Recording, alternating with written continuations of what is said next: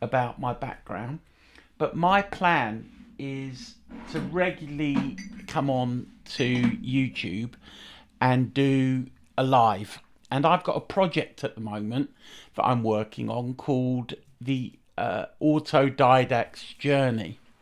Now I'm 60.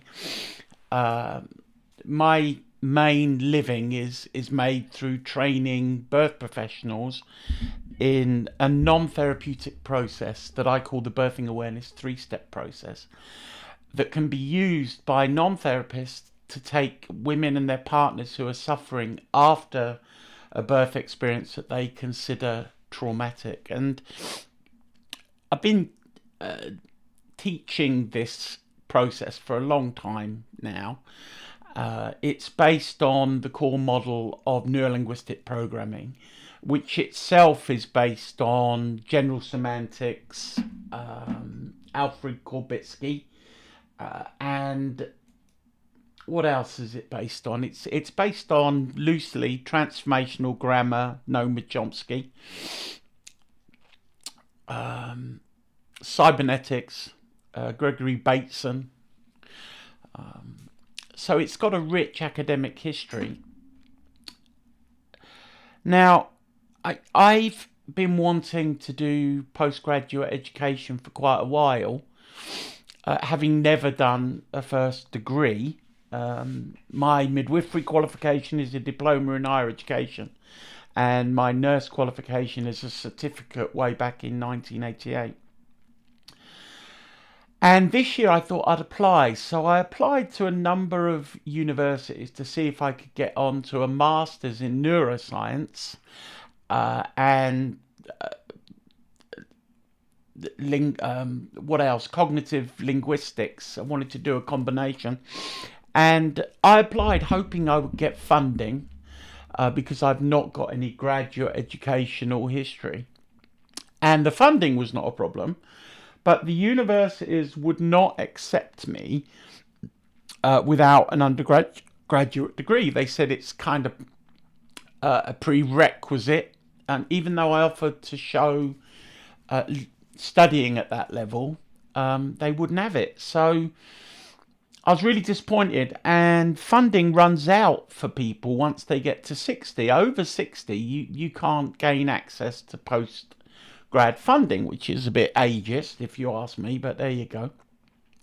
So I decided that with the help of Hal is the name I use for my AI assistant, named after Hal in Space Odyssey 2000, the AA that went rogue.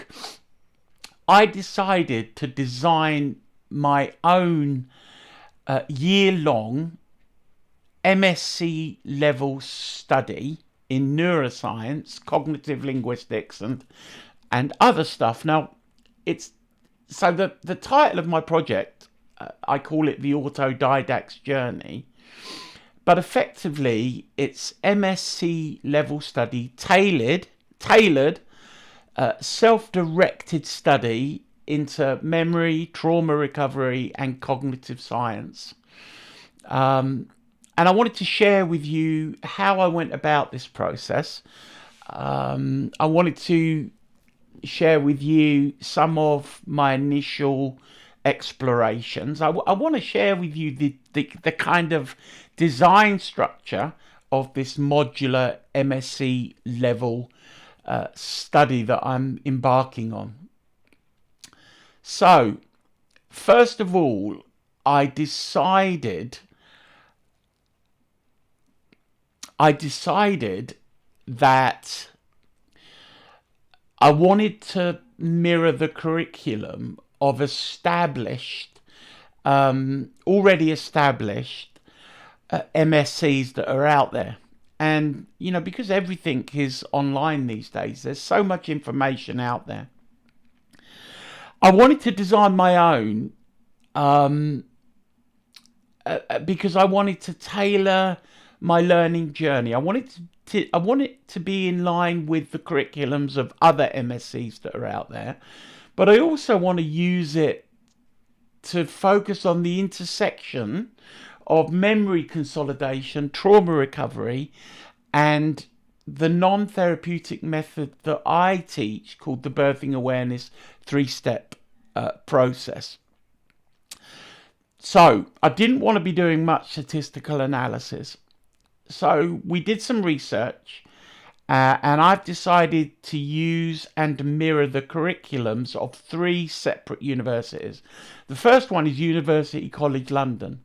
It focuses on neuroscience, particularly on how memory is formed, consolidated and reconsolidated. Also, the University of Edinburgh, again, a cognitive science approach, blending cognitive psychology, neuroscience and linguistics. And then King's College London, emphasis on cognitive linguistics, mental health, investigating how language shapes thought, especially in the context of trauma recovery.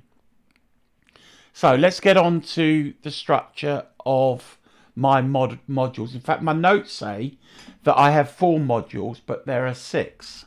Hold on. Let me just update. There are 6 modules.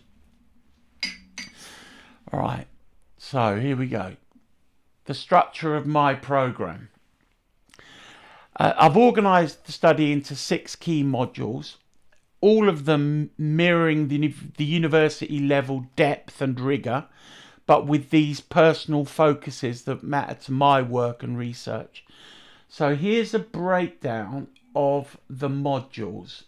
Let's start off with module 1, memory, neurocognitive processes in trauma. So we've got memory consolidation, reconsolidation, and hippocampal functions, and the biology, so-called biology of memory. My key readings are the biology of the mind, cognitive neuroscience, the emotional brain by Joseph Ledoux, and the principles of neuroscience by Eric Kendall. My assignment for the module is 3,000-word essay titled The Role of Memory Consolidation in Trauma Recovery, with implications for non-therapeutic models. Okay, module 2, cognitive linguistics and language in trauma recovery. How metaphors, the assignment potentially is explore how cognitive linguistics can inform memory recovery, focusing on, I'm going to stop because I'm not enjoying